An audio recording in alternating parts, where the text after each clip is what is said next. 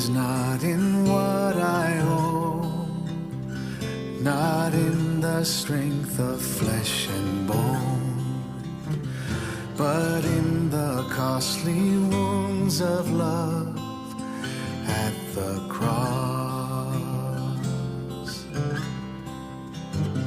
My worth is not in skill or name, in win or lose, in pride or shame, but in the blood of Christ that flowed at the cross.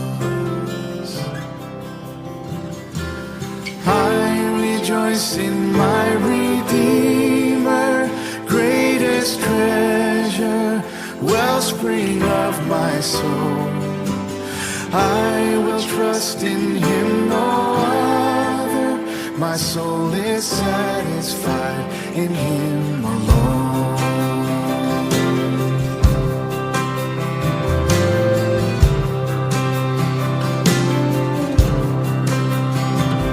As summer flies, we fade and die. Fame, youth, and beauty will be mine. But life eternal calls to us at the cross. I will not boast in wealth or might, or human wisdom's fleeting light, but I will boast in knowing Christ at the cross.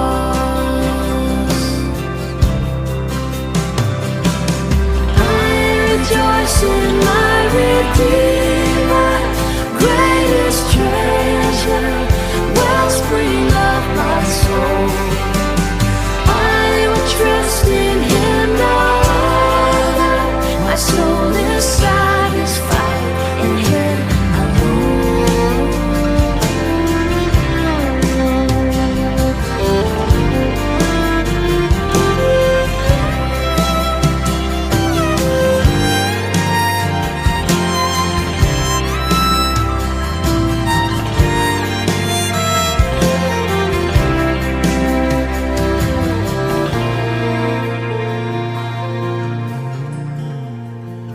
Two wonders here that I confess, my worth and my unworthiness, my value fixed, my ransom paid at the cross.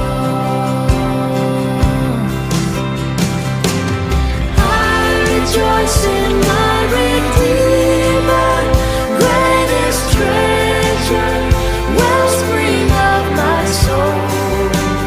I will trust in Him, no other. My soul is satisfied in Him alone. I rejoice in my Redeemer, greatest treasure, wellspring of my soul.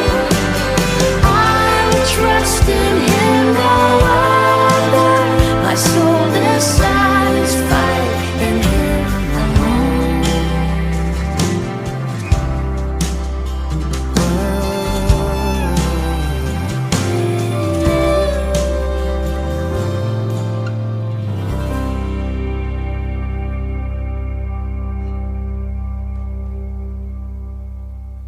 Tayo po ay muling tumayo para po sa ating confession of faith. Atin po itong basahin ng sabay-sabay. Ideklara po natin yung katotohanan ng salita po ng ating Panginoong Diyos. Basahin po natin ito ng sabay-sabay. I believe in God the Father Almighty, Creator of heaven and earth. I believe in Jesus Christ, His only Son, our Lord, who was conceived by the Holy Spirit and born of the Virgin Mary, who was crucified, died, and was buried. The third day He rose again from the dead. He ascended to heaven and is seated at the right hand of God the Father Almighty. From there He will come to judge the living and the dead. I believe in the Holy Spirit, the Holy Universal Church, the communion of saints, the forgiveness of sins, the resurrection of the body, and the life everlasting. I believe that God is a triune God, expressed in three persons: God the Father, God the Son, God the Holy Spirit. I believe the Holy Scripture is the Word of God. It has the final word in all matters of faith and practice. I believe the Holy Scripture is authoritative, true, without error, providentially preserved, sufficient for salvation and Christian living. Amen. Habang tayo po ay nakatayo, makibukas po tayo sa ating pong teksto. Buksan niyo po yung mga Biblia sa awit, no? Mga awit po. Psalms chapter 13. At atin po itong pagnilay-nilayan. Psalm chapter 13. Basahin po natin ito ng sagutan. Ako po sa verse 1, kayo po sa verse 2, at sa last verse po sa verse 6, ay sabay-sabay po tayo.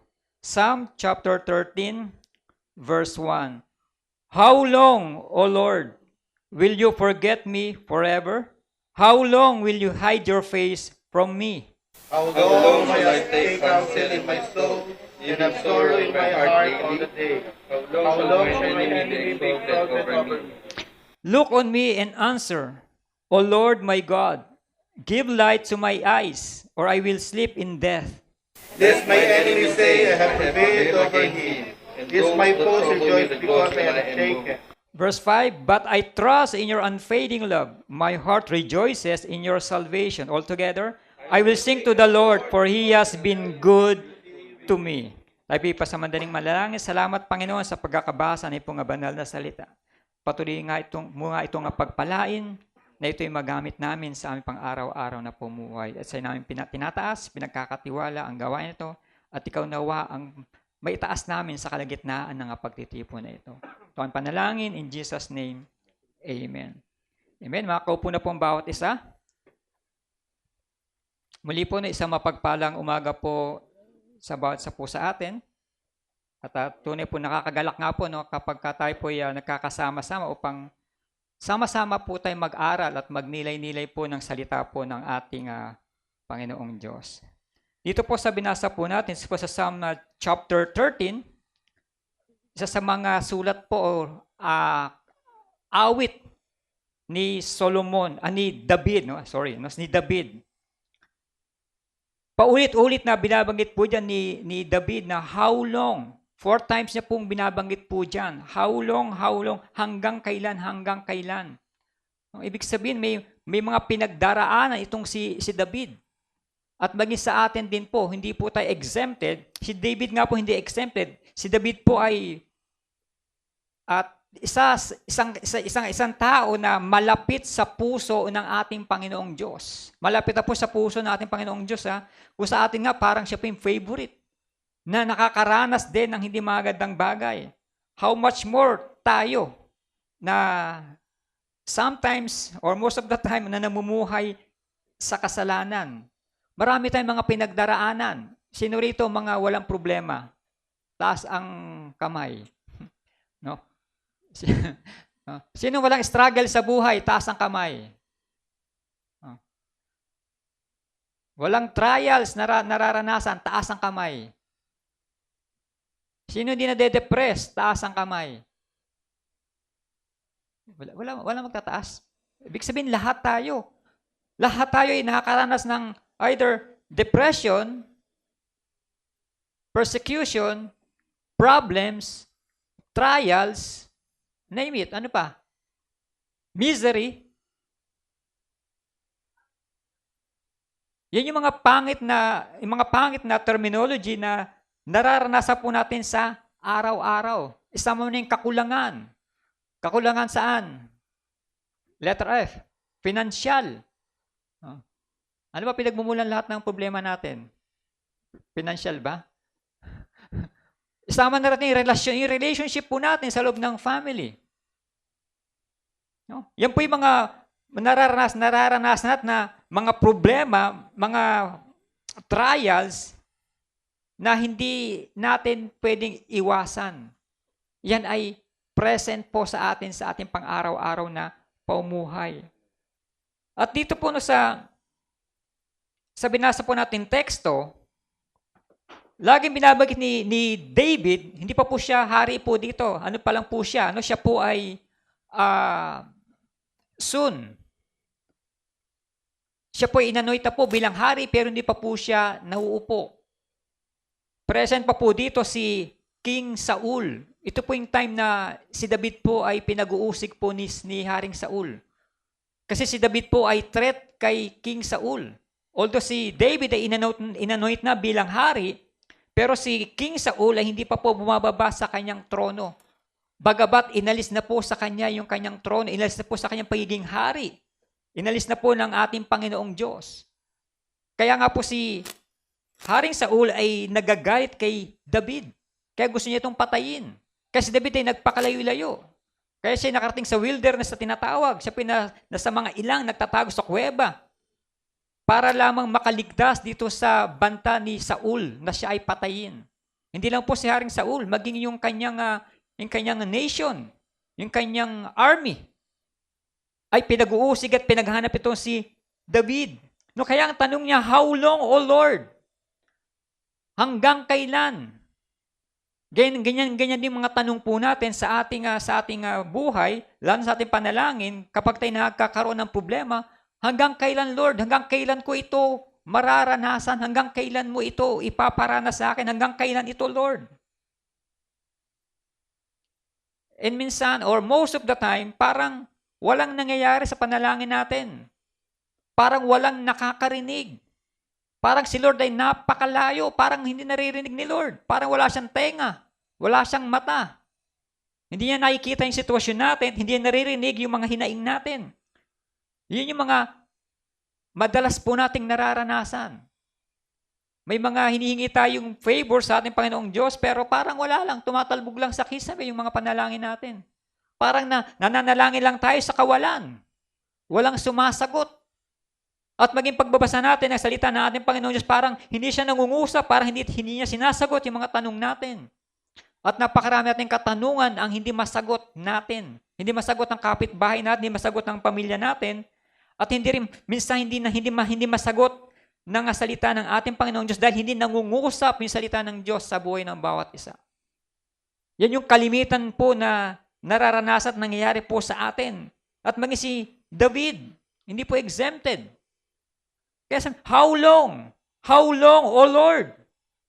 Hanggang kailan? Kailan mo kaya sasagutin yung panalangin ko? Kailan mo kaya tutugunin yung mga hinaing ko?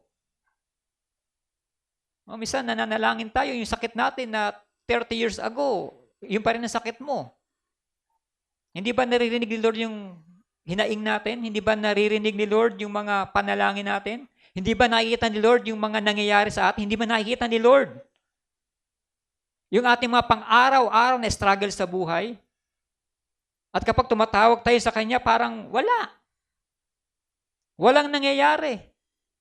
Para lamang tayong batingaw yung kalembang. Pag kinalembang mo, hanggang doon na lang. When God seems so distant, parang napakalayo ni Lord. Bakit kaya? Bakit parang napakalayo ni Lord? Ba't parang yung presence, Lord, na hindi natin maranasan kapag nandyan na yung kabilang mga problema, kabilang mga struggle natin sa buhay. When we felt confused, depressed, and forsaken by God, what should we do? Anong kailangan natin gawin? Kapag pakiramdam mo, iniwan ka ni Lord. Normal na tayo iwan ang ating mga mahal sa buhay. Normal na tayo iwan ang ating mga kaibigan. Pero hindi po normal yung mararamdaman natin na tayo ay iniwan ng ating Panginoong Diyos. Kung yun yung pakiramdam mo, anong dapat mong gawin ngayon? Sabi sa verse 1 to verse 2, ito yung cry of desperation ni David, how long, O Lord? How long will you forget me forever? How long will you hide your face from me? How long must I wrestle with my thoughts and every day have sorrow in my heart? How long will my enemy triumph over me? How long? 4 times na binibigyan po ng diin po dito ni David. Gaano katagal? Naiinip na si David. At tayo, mas mainipin tayo. 4 na beses na pinapaulit-ulit na how long, hanggang kailan. Ito yung cry of desperation po ni David. Siya umiiyak sa ating Panginoong Diyos. No? This is not a murmuring but a cry for God to help. Dito po, pinapakita po ni David na siya po ay dependent sa ating Panginoong Diyos. Si David po ay ordinaryong tao lamang. Nakagaya po natin. Wala pong extra special po sa kanya. Same lang din po. Siya po yung makasalanan din po tayo. Normal yung pamumuhay, normal ang trabaho. There's no extra powers. Ito yung kanyang expression of misery na tinatawag. How long? 4 times na binabanggit. And David felt God had forgotten him. Lord, nakalimutan mo na ba ako? Hanggang kailan mo ko kakalimutan? Magpakailanman? O talagang kinalimutan mo na ako? Hanggang kailan mo itatago ang iyong, how long will you hide your face from me? Hanggang kailan mo itatago ang iyong presensya sa akin? Hindi ko nararanasan ang presensya mo. David felt God was hiding. Ito po yung katotohanan sa kanya. Iniisip niya, na ang Diyos ay nagtatago sa kanya. Hindi nagpaparamdam si Lord sa kanya. Yun yung kanyang pakiramdam, yun po yung kanyang emotion. Pero, in fact, ito po yung mali. Hindi kailanman iniwan ng ating Panginoong Diyos si David. At hindi kailanman iniwan ng ating Panginoong Diyos o iiwan ng ating Panginoong Diyos ang bawat isa po sa atin. Lalong-lalo na po dito po sa sitwasyon na tayo po ay lugmok. Tayo po ay nasa bingit ng mga problema, nasa bingit na po tayo ng mga, iba nga, sa sakuna, sa aksidente, sa sakit, sa struggle. David felt God was hiding. So in a sense, it was true for David, but true according to feelings, not according to fact. His expression of misery. Ito yung kanyang pagpapahayag. Noon ang kanyang pag-iyak sa ating Panginoong Diyos, how long, Lord? Hindi po siya nanunumbat, hindi po siya nagagalit sa ating Panginoon, kundi siya nagtatanong, naghahanap po siya ng paliwanag kung bakit nangyayari sa kanya itong ganitong bagay. Hindi po siya humingi ng karunungan. Hindi po siya humingi ng katanumang mga bagay, kundi yung explanation na bakit nangyayari sa kanya itong bagay na ito. This is great pain in man's heart. Great pain in man's heart. Nasa Hebrew culture po, no, yung center po, yung center of the human spirit, yun po yung tinatawag na heart. Heart and mind is interchangeable sa Hebrew Hebrew culture. Kaya pag sinabi pong heart, pwede po yan magano sa mind. Pag sinabi yung mind, nag-refer din po yan sa heart. The pain in David's heart came from a sense that God had forgotten him. No, yun po yung masakit po sa puso po ni David. Iniisip niya, iniwan na ako ni Lord. Hindi na ako sinasamahan ni Lord. Bakit ganun na lang po yung napaka-intense na kanyang longing for the presence of God? Ba't ganun po yung kanyang paghanap sa presensya ng ating Panginoong Diyos? Ano bang meron?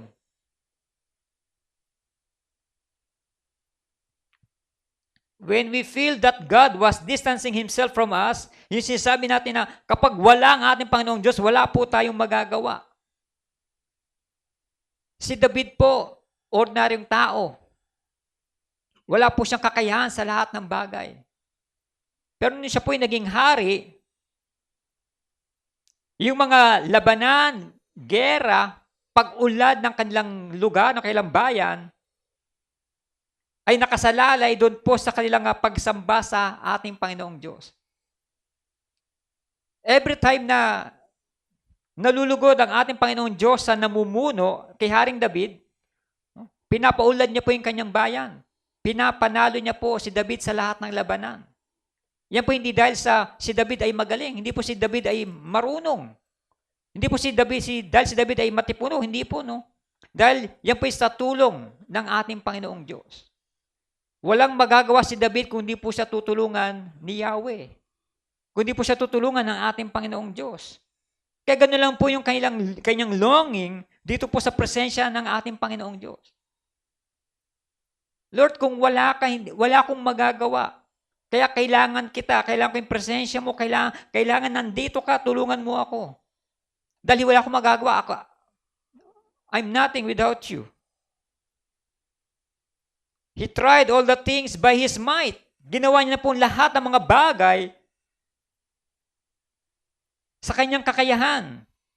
No, kaya nga po, no wonder David was discouraged, taking counsel in his own soul.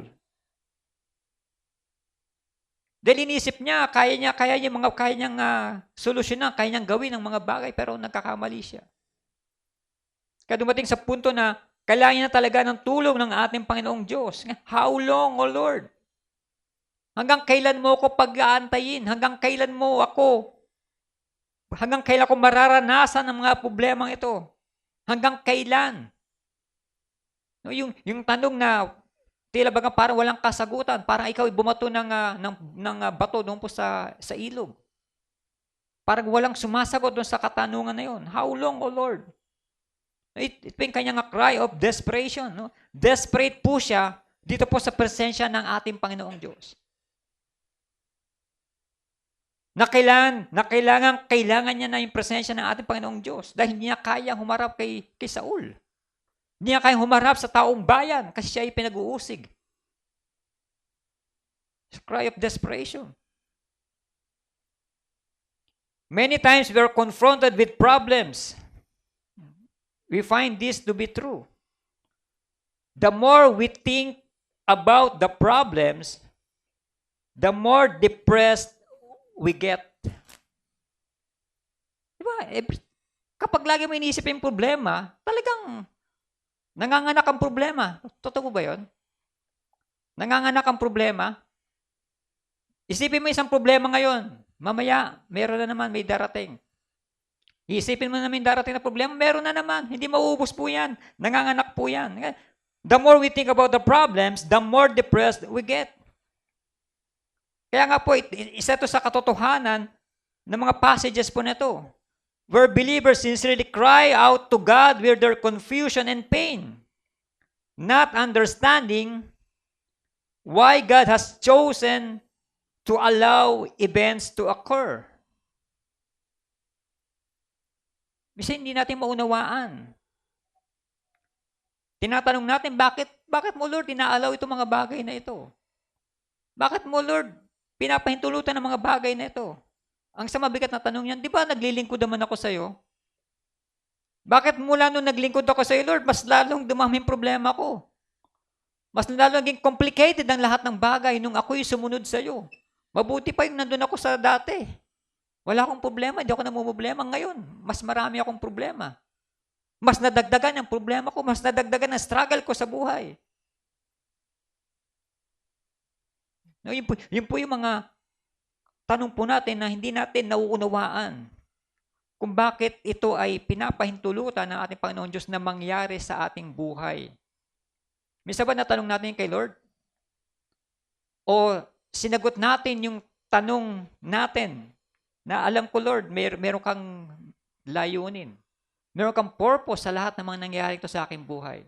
Meron kang dakilang layunin, bakit ito nangyayari sa amin, sa akin, o kanino man. And so sa verse 3 to verse 4, look on me and answer, O Lord my God, give light to my eyes, or I will sleep in death. My enemy will say, I have overcome him, and my foes will rejoice when I fall. Ito yung call out to God. Ito yung pagtawag niya sa ating Panginoong Diyos. Ito yung kanyang earnest prayer. Ito yung kanyang masidhing panalangin. Ito yung kanyang petisyon. David prays for his relationship with God. Call to the Lord in prayer. Ito yung kanyang petition. Ito yung kanyang pagsusumamo sa ating Panginoong Diyos. Sa pamamagitan ng panalangin, no, siya po'y lumalapit sa ating Panginoong Diyos. Yung kanyang earnest prayer. Look on me. Tignan mo ako, Lord. Pagmasdan mo ako. And answer, O Lord my God. Give light to my eyes, or I will sleep in death. Give light to my eyes. No, hindi sinabi ni David dito na bigyan mo ko ng napakaraming army. Bigyan mo ko ng maraming kalasag. Bigyan mo ko ng maraming sibat o pana o anumang mga armor. No, sabi niya, give light to my eyes. Bigyan mo ko ng liwanag. Bigyan mo ko ng karunungan na nagmumula sa iyo. Yung kanyang earnest prayer. And appeal for deliverance from death. O Lord my God, give light to my eyes, or I will sleep in death. This is appeal for deliverance from death. Sino rito ang hindi takot mamatay? Pag pinag-usapan ng kamatayan, lahat po tayo dyan ay takot. Lahat tayo ay takot mamatay. Totoo ba yun? Lahat ng tao, tanungin mo, walang tao ang gustong mamatay. Pero yan po isang katotohanan, di natin pwedeng pasinungalingan dahil lahat ng tao, lahat tayo ay darating po dyan. Sino rito, after 100 years, buhay pa? Wala na. Yun yung katotohanan na ini-ignore natin. Ito yung katotohanan na maging ang science ay hindi nila kayang gawa ng solusyon yung kamatayan, yung pagtanda ng tao. Although, maraming mga cosmetics ang ginagamit na binabanat yung mga mukha, binabanat ng leeg, binabanat ng batok para nang magmukhang bata. Pero yung kanyang age ay ganun pa rin.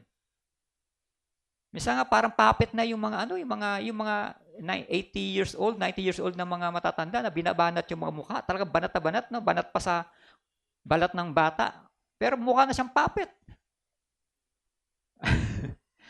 Pero hindi kayang solusyonan yung edad po natin. Yung outward appearance po natin kayang baguhin ng science, pero yung inward po natin, ganun pa rin po. May rayuma ka na rin. Member ka na rin ng media arts na tinatawag. No? Media arts. Kasi mga member ng media arts po dito. I'm sure maraming member ng media arts po dito. Media arts po ay, walang member ng media arts po dito. Media beauties, tsaka arthritis. Kaya member ng media arts. Ako po ay medyo na rin. No? Yung gout ko ay praise God at nawala na po kahapon. Salamat sa Diyos at yung gout ko ay tuluyan din pong na maalam. Pero hindi po ibig sabihin nun ay kakain na ulit tayo ng mga bawal. No? Ingatan din po natin ating mga sarili. No? Appeal for deliverance from death. No? Sabi ko kanina, lahat po tayo ay takot mamatay. Alam po ba natin na isa na lamang na kaaway ang kailangan natin mapagtagumpayan bago natin makamit yung tinatawag na katuparan ng ating kaligtasan? Yun po yung kamatayan. Kaya pag napagtagumpayan po natin yung kamatayan, yun po yung katuparan ng ating kaligtasan. Sino pong gusto nang matupad yung kanyang kaligtasan? Opo, wala pa po kasi gusto pa natin, nag-enjoy pa tayo dito eh. Ini-enjoy pa natin yung buhay po na kaloob sa atin ng ating Panginoong Diyos. Pero nobody knows, wala pa nakakaalam. Hindi mo tayo alam kung ano mangyayari mamaya, bukas, isang linggo, sa Russia, Alaska, and Japan, at maging sa Hawaii, bigla na lang, all of the sudden, nagkakaroon ng tsunami. Nagkakaroon ng matinding lindol. Andiyan, bigla na may bumabagsak na missile sa bahay mo. Kaya yung appeal niya, appeal for deliverance from death. And sometimes from serious illness. Sabi ni David, give light to my eyes or I will sleep in death. Takot din po mamatay si David. At takot din po tayong mamatay. Pero kapag tayo ay binawian na ng buhay, tayo ba'y handa na? Handa po ba tayo humarap sa ating Panginoong Diyos? Handa kang humarap, handa tayong humarap sa pagsusulit na ibibigay sa atin ng ating Panginoong Diyos. Pagdating ng araw, lahat po tayo ay haharap sa hukuman ng ating Panginoong Diyos. Wala pong exempted. Ako, ikaw, kayo, tayong lahat. Lahat ng tao ay haharap sa ating Panginoong Diyos. Ito yung kanyang appeal, no? For deliverance from death. Lord, i-deliver mo, wag mo kong pahintulutan. Napatayin ng mga kaaway ko. Huwag mong pahintulutan na mangyari at gawin nila sa atin, gawin nila akong katawa-tawa. Na ma-conquer nila ako. And deliverance from the enemies. Deliverance from the enemies. My enemy will say, I have overcome him. And my foes will rejoice when I fall. Appeal for deliverance from death and deliverance from the enemies. No, yun po yung salvation po sa panahon po nila. No? Ano pa po to? Hindi, ang tawag po to, gray area pa po to sa kanila, yung salvation. Pero doon po sa mga pinili ng Diyos, sa mga propeta ng Diyos, malinaw po sa kanila. Pero sa ibang mga tao, para po yung TV na black and white. Hindi mo makita yung tunay na picture. Pero may idea na po sila. Kaya nga, kapag pinag-usapan ng salvation sa kanila, sa Old Testament, ang salvation po sa kanila yun, deliverance from death and deliverance from the enemies, yung kailang salvation, siya iligtas sa kamatayan. Iligtas sila doon sa kaaway. No, yung salvation sa kanila. Kapag dinipay mo yung salvation sa atin, yung salvation naman sa atin, yun yung pagtubos sa atin, sa ating mga kasalanan. No, hindi po yung pagtubos sa ating mga utang. No, hindi po yung pagtubos sa ating mga problems. Hindi po yung pagtubos sa ating mga struggles. Kundi pagtubos sa ating mga kasalanan.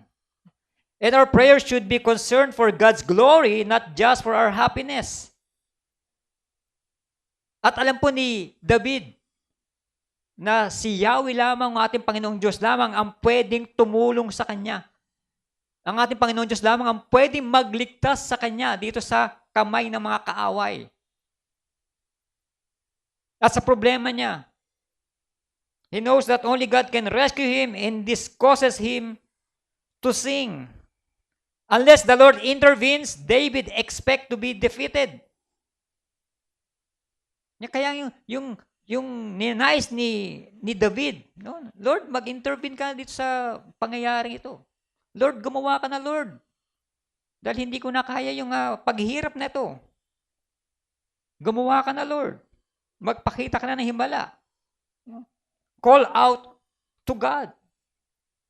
Wala po tayong pinakaiba po no, kay David. Unless the Lord intervenes, we expect to be defeated. Kung hindi po kikilos at gagawa ang ating Panginoon Diyos sa ating buhay, tayo po yung mga talunan. At dahil nga tayo ay pinapatubayan ng ating Panginoong Diyos, tayo nga ay tinatawag na mga mananagumpay. Every time na pinapatubayan po tayo, ginagabayan tayo ng ating Panginoong Diyos, asahan po natin yung tagumpay po sa lahat ng ginagawa po natin. Remember Joseph. Bakit siya nagtatagumpay sa lahat ng kanyang mga ginagawa? Bakit niya napagtagumpayan ng lahat ng mga pagsubok na yun sa kanyang buhay? Dahil siya nga'y pinapatubayan ng ating Panginoong Diyos. And every time na pinapatubayan ng Diyos ang isang tao, na siya po ay mananagumpay. And I'm sure, lahat ng anak ng Diyos ay pinapatubayan niya. Ang ibig sabihin, tayo ay mananagumpay. Kung ikaw ay anak ng Diyos, dahil ang Santong Espiritu po ay nasa atin, tayo po ay pinananahanan ng Santong Espiritu, na sa atin yung patnubay ng ating Panginoong Diyos, it means tayo ay mananagumpay. Amen? Wala pong Kristiyanong talunan. Tandaan po natin yan. Dahil napagtagumpay na po ni Kristo. Napagtagumpay na po yung cross. Napagtagumpay na po maging yung kamatayan. Kaya lahat po tayo ay mananagumpay. Kaya sabi mo sa katabi mo, tayo ay mananagumpay. Hindi tayo talunan.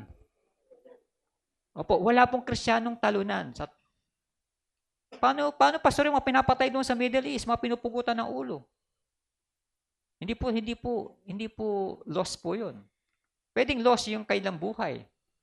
Pero yung advancement ng kingdom of God, yung advancement ng gospel ay mas lalong nagpupursu, lalong nagpupursige. Mas lalong dumadami, mas lalong maraming naniniwala. At nagtitiwala sa salita natin, Panginoong Diyos. Dahil sa ginagawa nila. Diba? The more na sinusuppress nila isang bagay, the more naman yung umaalpas. Call out to God. No? Misa pa naisigaw natin kay Lord, Lord, iligtas mo ako. Ano ba ibig sabihin, iligtas mo ako? Pwede iligtas mo ako dito sa kunang nangyayari, sa present situation natin, nung nakaraang isang linggong inuulan tayo. Meron bang binaha dito sa atin, sa kapulungan natin? Meron bang binaha? Pinasok yung loob ng bahay ng tubig. Kami po pinasok ng tubig. Pero hindi man po kami lumangoy. Hindi sa likod, sa may kusina kasi po namin, sumisip-sip ng tubig yung, napuno yung likod namin ng tubig, para naging swamp doon. Sumipsip ng tubig yung yung ganyan namin, matawag sa ganyan. No, kaya pumasok doon sa kusina namin. Kaya naglilimas kami ni Ate Isel nyo. Panilimas kami ng tubig. Pero yung bahay hindi naman po. Praise God that wala pong binaha sa atin, wala pong naging major problem itong dulot ng isang linggong ulan po natin. No? Minsan ba kapag tayo ng ganung sitwasyon, ano isisigaw natin kay Lord? Lord, patigilin mo na itong ulan. O Lord, patigilin mo na itong baha. No? Mangyayari po yung mga bagay po na yan. No, yan po yung cycle ng nature. At mangyayari po ang lahat ng bagay na yan. Even earthquake. And even flood.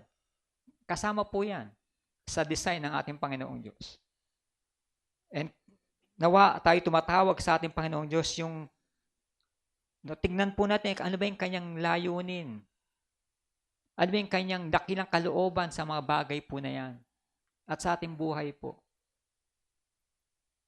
It is best way na tanungin natin ang ating mga sarili kapag nandiyan na yung matitinding problema. Tanungin natin sarili. Lord, ano ang itinuturo mo sa akin sa mga pangyayaring ito? Lord, anong gusto mong gawin ko sa mga pangyayaring ito? No, hindi yung i-blame natin kung sino-sino at i-blame natin ang ating Panginoong Diyos. No, nawa yung ating call out to God. Yung ating earnest prayer natin, ang ating appeal sa ating Panginoong Diyos. Lord, ano ang gusto mong gawin ko sa mga pangyayaring ito? Anong itinuturo mo sa mga pangyayaring ito? Ano ba yung layunin mo, Lord, sa mga pangyayaring ito? Hindi yung, di ba, papatulan mo yung sitwasyon. Lalo na po lumala. And what is David's response? No? David's response from complaining to praying and from praying to believing. From complaining, magtatanong siya, how long, O Lord? Actually, ito yung complain niya, hindi naman ito yung complain na nagagalit siya, ito yung complain na nagtatanong siya. From complaining to praying and from praying to believing. Ngayon, naniniwala na siya talaga na ang Diyos ay tapat. No? Mabuti. At hindi po siya nagbabago. At pangatlo po, nagkaroon po siya ng confidence. Saan? In the mercy of God. Confidence in the mercy of God. Sa verse 5 to verse 6. But I trust in your unfading love. Kaya doon siya nagtitiwala. In your unfading love. Yung unfading love po ng ating Panginoong Diyos. My heart rejoices in your salvation. I will sing to the Lord for He has been good to me. Nakuha niya pang kumanta. Nakuha niya pang umawit. Sa kabila ng pag-uusig po sa Kanya. Una po, trusting God. Sabi po sa verse 5, I trust in your unfading love. Ito yung kanyang buong pusong pagtitiwala sa ating Panginoong Diyos. He finally turns to the Lord in faith and asks for an answer. Trusting God. He trusted not in himself, not in his own heart, not in his own righteousness. Pagtitiwala sa ating Panginoong Diyos. No? Confidence in the mercy of God. No, kapag tayo po ay nasa tinatawag na end of the rope, no? End of the rainbow na tinatawag, sino yung pagkakatiwalaan mo? Kanino ka lalapit? Kanino ka pupunta? Kapag it seems no hope, parang end of the line na, wala na, dead end na. Kanino ka magtitiwala? Kanino ka pupunta? Sa iyong mga achievements, sa iyong mga medals, sa iyong mga karunungan, sa katropa mo, sa kaibigan mo, sa pamilya mo? Wala po silang magagawang lahat. Pagkatiwala po natin sa ating Panginoong Diyos ang lahat ng bagay. No? Confidence in the mercy of God. No? By trusting God. Tayo ay lubos na nagtitiwala o magtiwala po sa ating Panginoong Diyos. No? Trusting God with gladness. Hindi po ito yung, kasi nga, hopeless na. Kay Lord na lang ako Kay Lord na lang magtitiwala Yung merong kagalakan na tinatawag. Hindi dahil hopeless ka na, kay Lord na lang ako. Sige Lord, sa'yo na lang ako magtitiwala kasi wala na. Ayaw na akong tulungan ng mga kaibigan ko. No? Trusting God with gladness. Yung merong kagalakan sa ating mga puso, na buong puso at ipagkatiwala ang lahat ng bagay sa ating Panginoong Diyos. Na hindi po sa ating kayamanan. Ano mang yaman po natin, pare-pares lang po ang paglalagyan natin sa lupa. No? Ilang pie yung natin? 6 feet. Pare-pares lang po ang sukat ng ating lupa. Mayaman o mahirap. Same lang pong paglalagyan po natin. Kaya ipagkatiwala po natin sa Diyos ang lahat ng bagay. Kagaya ng pagtitiwala po ni David sa ating Panginoong Diyos. With joy in the Lord and His salvation. With joy in the Lord and His salvation. No. Hindi po to si joy na tao Yung joy na kagalakan po ito. With joy in the Lord and His salvation. It is joy in the heart. My heart shall rejoice in thy salvation. Merong kagalakan sa kanyang puso na siya ay ililigtas ng ating Panginoong Diyos. Sa kanya po nga pagkakaunawa, ililigtas siya ng ating Panginoong Diyos dito sa kamatayan, ililigtas siya ng ating Panginoong Diyos dito sa kanyang mga kaaway. Sa atin naman po, pag in-interpret po nito sa atin, with joy in the Lord in His salvation, meron tayong kagalakan dahil tayo po ay iniligtas ng ating Panginoong Diyos sa kasalanan. At binigyan, pinagkalooban ng buhay na walang hanggan. Hindi ba dapat tayo matuwa, magalak po nun? Hindi lamang po kapag tayo po ay may magandang nangyayari sa ating buhay. Minsan napopromote o maraming mga blessings na dumadating, doon tayo nagpapasalamat, doon tayo puno ng kagalakan kapag nandyan na yung mga maraming blessings. Pero minsan ba na ipagpasalamat natin yung salvation na pinagkaloob sa atin? Pinagpasalamat ba sa ating Panginoon Diyos? Lord, thank you Lord. Out of billions na tao sa mundo, isa ako sa pinili mo, isa ako sa iniligtas mo. Kaya, magkaroon tayo ng kagalakan sa ating mga puso, makaranas man tayo ng iba't ibang mga problema, trials, misery, o hindi magandang bagay. Tandaan po natin, hindi mawawala yung kaligtasan na ipinagkaloob po sa bawat po sa atin. At yung pinaka-importante po sa lahat, yung kaligtasan ng ating mga kaluluwa. Yung katawang lupa natin, kahit anong lotion lagay po natin, kahit anong pinakamagandang vitamins and minerals na inumin natin, Kahit sino pinakamagaling na mga, ano ba yan? Ano ba tawag kina Vicky Bello? Kahit sinong mga dermatologist ang tawagin natin, hindi kaya niyang solusyonan yung ating katawan. Mabubulok at mabubulok yung katawan po natin. Ang pinaka-importante po yung ating pong kaluluwa. And it is joy in the heart. My heart shall rejoice in thy salvation. Yung kaligtasan na ipinagkakaloob ng ating Panginoong Diyos. Si Lord ang nagbibigay ng kaligtasan, hindi po ang tao. Hindi po sa pamamagitan ng sumunod ka sa panalangin ko, okay, sumunod ka, ligtas ka na. No. Hindi tao magdideclare ng kaligtasan po natin. Ang ating Panginoong Diyos. Yung tamang pagkakaunawa po natin sa kanyang salita. David's joy in the Lord and his salvation. Meron po siyang kumpiyansa sa kanyang sarili na siya po'y tutulungan ng ating Panginoong Diyos. Tutulong siya sa kanyang mga kaaway. Gagapiin ng ating Panginoong Diyos ang kanyang mga kaaway. Meron po siyang kasiguruhan sa kanyang sarili. Kaya nga po siya, sabi niya po, I will sing to the Lord. Verse 6. I will sing to the Lord, for He has been good to me. Meron ba sa inyong dinaan lang sa kanta ang kanyang problema? Kapag may matinding problema, dinaan na lang sa kanta. Meron ba rito? Pero maganda pala attitude pala yun. Sabi ni David, I will sing to the Lord. Eh noong una sabi niya, how long Lord, how long? Kailan ba ako palalayay sa ganitong sitwasyon? Kailan ba ako sasagutin? Kailan ba ako makaahon sa ganitong sitwasyon? Maya later on, sabi niya, I will sing to the Lord. Kinantahan na lang ni David yung problema niya. Dahil, for He has been good to me. Sino to? Yung ating Panginoong Diyos, for He has been good to me. Praising God for His goodness. Maging pala yung mga misery, mga problems, trials, and suffering na nararasan po natin, pwede pala maging dahilan niya para tayo magpuri sa ating Panginoong Diyos. Dahil ang ating Panginoong Diyos ay mabuti sa lahat ng oras, sa lahat po ng pagkakataon. Praising God for His goodness. And David did not have to worry about God's plan for the future because he knew what God has done in the past.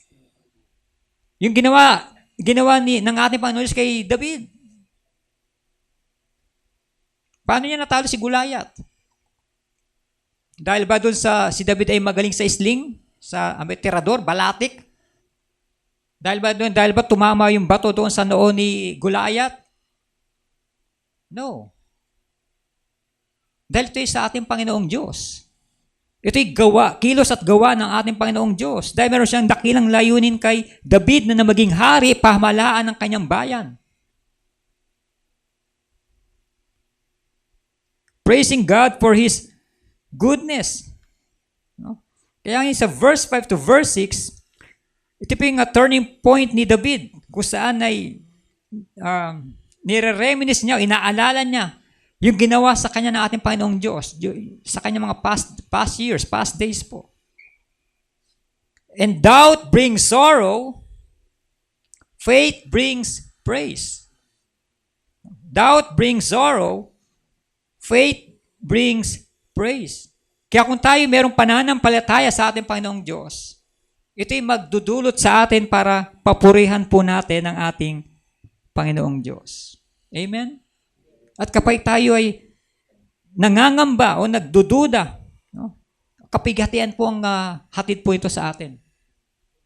Pero yung pananampalataya at pagtitiwala po natin sa ating Panginoong Diyos na ang lahat ng bagay ay mangyayari para sa ikabubuti ng kanyang mga anak, ito'y magdudulot naman sa atin ng pagpupuri sa ating Panginoong Diyos. And the sorrow we feel when we are convinced that God has forgotten us is quickly turned to joy and praises when we remember all the blessings He has showered upon us.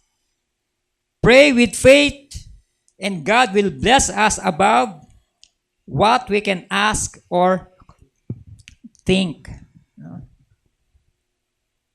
How long, O Lord? Kailan mo ako sasagutin? How long, O Lord? Kailan matatapos itong problema ko?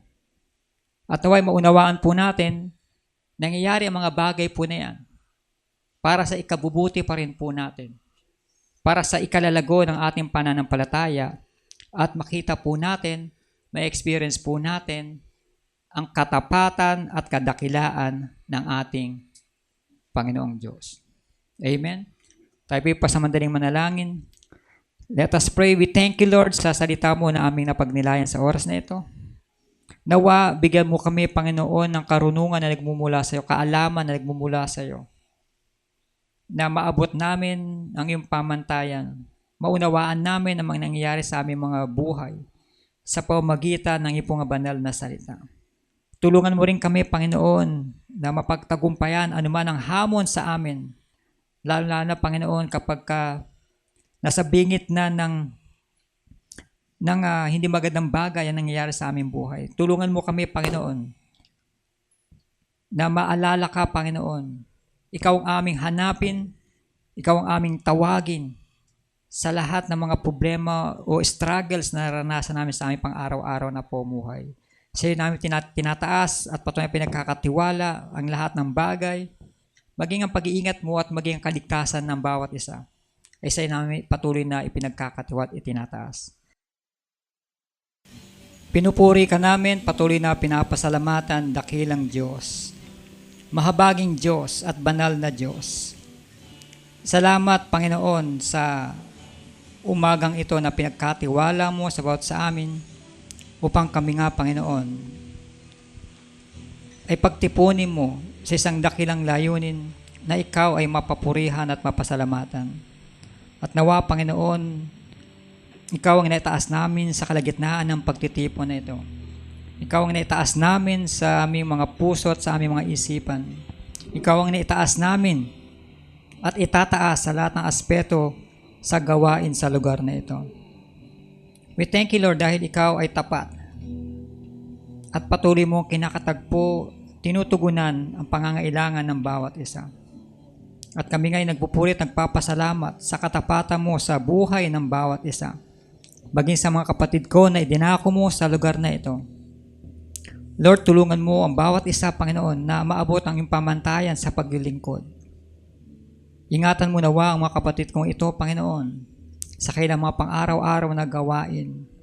At sa iyo ko pinagkakatiwala din, Panginoon, maging ang kalusugan nila, Panginoon, ay patuloy mo nga itong katagpuin na magamit nawa ang buhay na ito para sa iyong nga kapurihan. Pagpalain mo nawa, Panginoon, ang buhay ng mga kapatid kong ito, maging ang kailang mga ikinabubuhay at ingatan sila sa kailang mga pang-araw-araw na gawain. Tinataas ko rin sa iyo, Panginoon, ang bawat isa sa natapos na gawain sa oras na ito. Patuloy yung pagpalain ng bawat isa. Paglabas namin sa lugar na ito, nawa patuloy naming maisa pamuhay. Patuloy naming makita ang kadakilaan mo, ang katapatan mo, at ang kabutihan mo sa bawat isa. Ito nawa ay maisa pamuhay namin sa aming pang-araw-araw na buhay. At makita ng bawat isa, makita ng tao na kami ay lumalakad sa iyong liwanag. Lumalakad kami sa katotohanan ng iyong banal na salita. At patuloy pagpalain ang buhay ng bawat isa, katagpuin anuman ang pangangailangan, at bigyan niyo kami, Panginoon, ng tunay na kapayapaan na nagmumula sa iyo. At mapagtagumpayan anuman ang hamon sa aming pang-araw-araw na pamumuhay. Sa iyo na itinataas, patuloy pinagkakatiwala ang bawat isa, maging ang araw na ito, ang maghapon na ito, nawa ay patuloy mong puspusin, Panginoon, na maging pagpapala ang maghapon na ito sa buhay ng bawat isa. Sa iyo namin tinataas, pinagkakatiwala ang lahat ng bagay ng may pagpupuri, pagsamba, at pasasalamat. The Lord bless you and keep you. The Lord make His face shine upon you and be gracious to you. The Lord turn His face toward you and give you peace. May the grace of our Lord Jesus Christ and the love of God and the fellowship of the Holy Spirit be with you all. Amen.